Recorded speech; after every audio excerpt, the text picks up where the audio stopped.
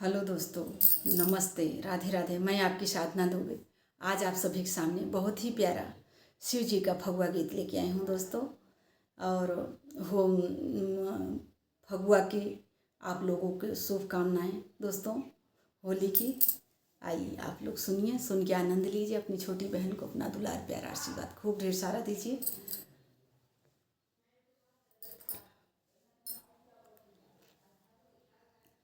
भोला खोल के वड़िया खेलब होली, भोला खोल के वड़िया खेलब होली, भोला खोल के वड़िया खेलब होली, भोला खोल के वड़िया खेलब होली।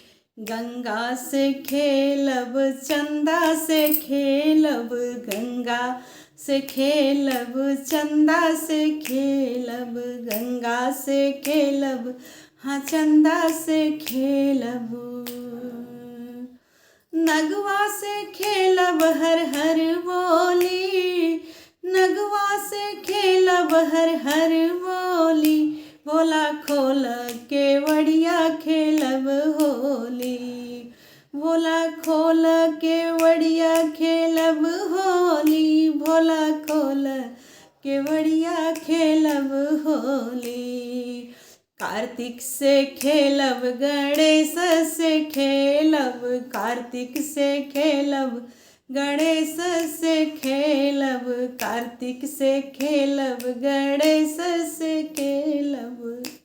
गौरा से खेलब हर हर बोली, गौरा से खेलब हर हर बोली, भोला खोल के वड़िया खेलब होली, भोला खोल के वड़िया खेलब होली, भोला खोल के वड़िया खेलब होली। डमरू से खेलब, त्रिशूलवो से खेलब, डमरू से खेलब, त्रिशूलवो से खेलब, डमरू से खेलब, त्रिशूलवो से खेलब।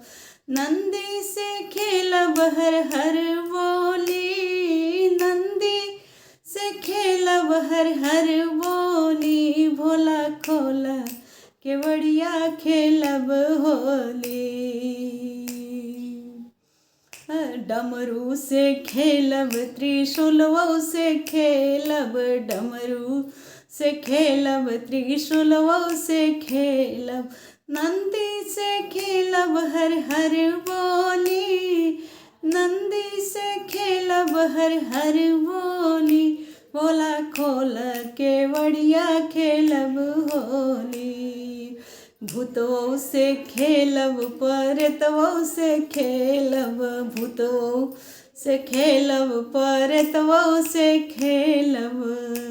64 योगिन से खेलब हर हर बोली, 64 योगिन से खेलब हर हर बोली, भोला खोल के वड़िया खेलब होली, भोला खोल के वड़िया खेलब होली, भोला खोल के वड़िया खेलब होली। शंकर से खेलब, हम गौरा से खेलब, शंकर से खेलब, हम गौरा से खेलब। भक्तन से खेलब हर हर बोली, भक्तन से खेलब हर हर बोली, भोला खोल के वड़िया खेलब होली, भोला खोल के वड़िया खेलब होली, भोला खोल के वड़िया खेलब होली, भोला खोल के वड़िया खेलब होली, भोला खोल के वड़िया खेलब होली। धन्यवाद दोस्तों। यह शिव जी का फगुआ गीत आप लोगों को अगर पसंद आए तो लाइक शेयर सब्सक्राइब जरूर कीजिएगा, कमेंट पास जरूर